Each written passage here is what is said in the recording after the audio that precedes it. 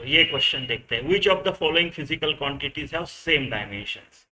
Electric displacement and surface charge density, displacement current, right, and electric field, current density and surface charge density, electric potential and energy।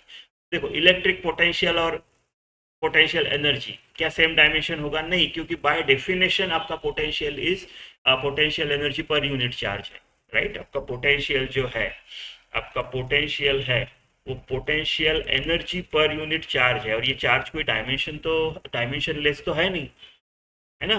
तो charge तो with dimensions होता है, आई into T, right, एक ampere और एक time. तो ये तो नहीं हो सकता, ठीक है। Current density and surface charge density. Current density जे बोलते हैं हम, current per unit area, right. एक करंट, तो करंट और एल रेज़ टू पावर -2 ऐसे कुछ तो होगा। Surface charge density sigma charge per unit area. Definitely ये सेम नहीं हो सकता क्योंकि करंट और चार्ज का तो सेम है ही नहीं, ए दोनों में सेम है। चार्ज का क्या होगा? एक एम्पियर, एक टी और एक L-2 ऐसे आएगा, तो ये भी सेम नहीं है, राइट। करने की भी जरूरत नहीं है। Current density I upon A, surface charge density Q upon A, तो आई और क्यू तो सेम है नहीं उनका डायमेंशन, ठीक है। Displacement current and electric field. Displacement current कैसे होता है? देखो displacement current, ampere circuital law, P dot D L is equal to mu naught I plus, फिर मैक्सवेल ने बोला था कि भाई सिर्फ इतना नहीं है, इतना नहीं है, आपकी वेरिंग इलेक्ट्रिक फील्ड भी मैग्नेटिक फील्ड जनरेट करता है।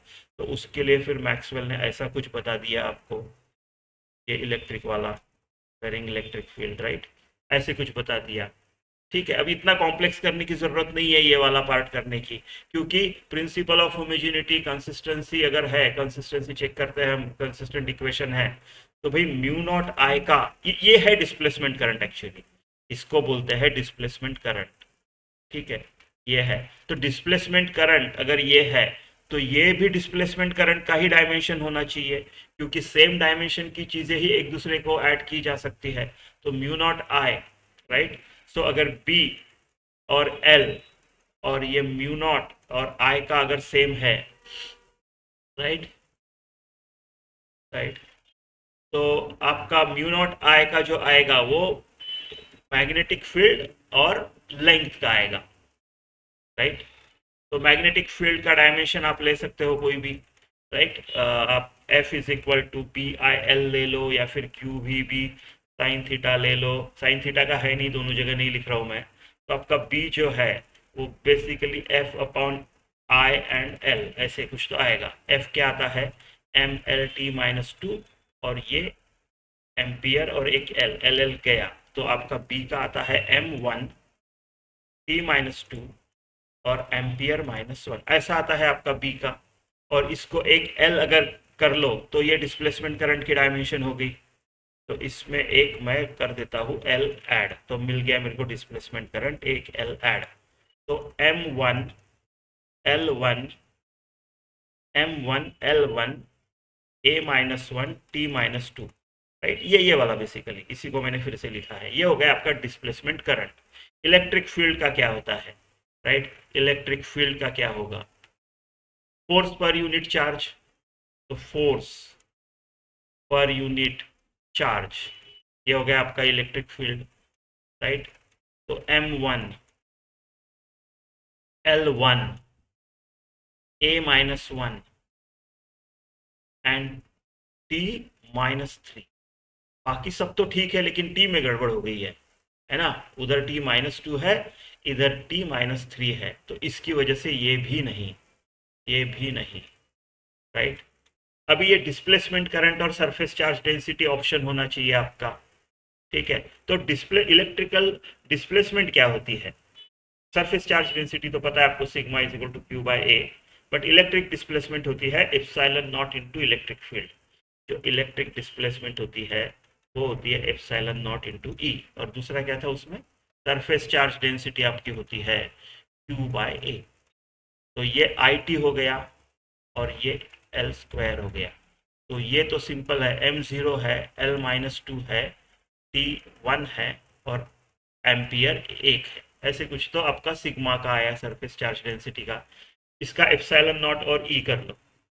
एप्सिलॉन नॉट का कैसे निकालोगे आप, right, F is equal to 1/4 pi epsilon naught Q square by D square. तो आपका एप्सिलॉन नॉट का जो डायमेंशन आएगा वो आपका क्यू स्क्वायर का डायमेंशन डिवाइडेड बाय फोर्स का dimension divided by D square and L square, right.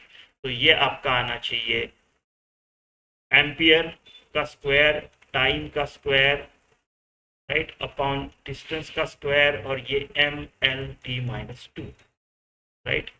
तो ये आपका a स्क्वायर t⁻⁴ m⁻⁻⁻1 और l⁻⁻⁻3, ये आपका एप्सिलॉन नॉट का आता है, राइट।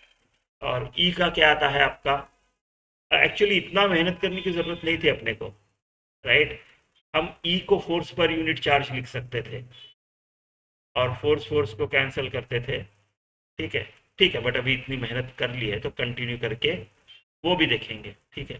तो ई क्या होगा आपका, फोर्स पर यूनिट चार्ज। तो ई का डायमेंशन होगा आपका फोर्स का dimension m⁻⁻⁻2 upon charge, 1 ampere 1 time, ठीक है। तो यह आएगा आपका m1, राइट, m1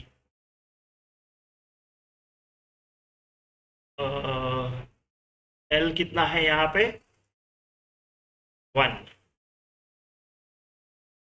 t-2 और एक -3 आ जाएगा और a-1 आ जाएगा, ठीक है। तो ये ई का है और ये एप्सिलॉन का है।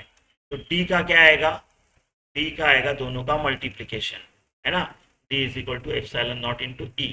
तो एप्सिलॉन नॉट का है मेरा, एप्सिलॉन नॉट का किधर गया, ये है m-1 l-3 t4 a square, और ई का है m1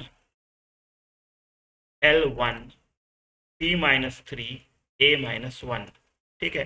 तो देखो m1 ये m0 हो गया, तो ठीक है भाई, ये तो मैच कर रहा है दोनों का, है ना। सरफेस चार्ज डेंसिटी और इलेक्ट्रिक डिस्प्लेसमेंट इनको कंपेयर कर रहे हैं ना हम।